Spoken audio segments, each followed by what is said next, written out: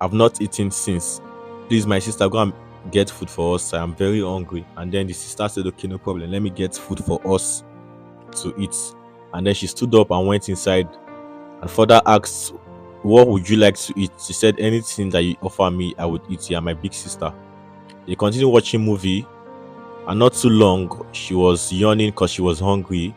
And then the elder sister was bringing the food for the both of them. Not too long, the sister came in with the food that she had served, and she asked, which of them do you want? They joked about it. Take this. No, I want this. Take this. No, I want this. And then she finally gave her one, and she smiled, and because she loved her sister so much, she carried the food to eat. And then they started eating, and she was looking at her younger sister with an eye of jealousy and evil, because she wasn't very happy that she was going to be married before her, who was the elder sister. The younger sister was eating with an innocent heart and suspected that her elder sister would ever do any harm to her, but her elder sister looked at her as she was not happy at all.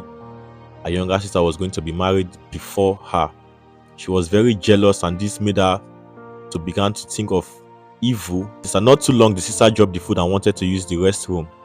And then while she was away, she began to look and brought out a substance that she would use to poison the food of her younger sister. She began to open it, and then she was in a hurry so as to not get caught by her younger sister. And then she began to put the substance into her sister's food. She sprinkled the substance into her sister's food because she would rather that her sister was no more than her getting married before she herself, who was the elder sister. She was done poisoning the younger sister's food and rushed to keep the poison inside of her cloth. And then she carried her food and continued eating. Just then, her sister came out from using the restroom and smiled at her sister. And then she carried her food to continue eating. She did not suspect anything, and she told her sister that this food is very nice. And then she continued eating her food. And while she was eating, her elder sister kept eating as well. And then she continued eating because she was very hungry. And while she was eating, she began to have a sensation inside of her stomach.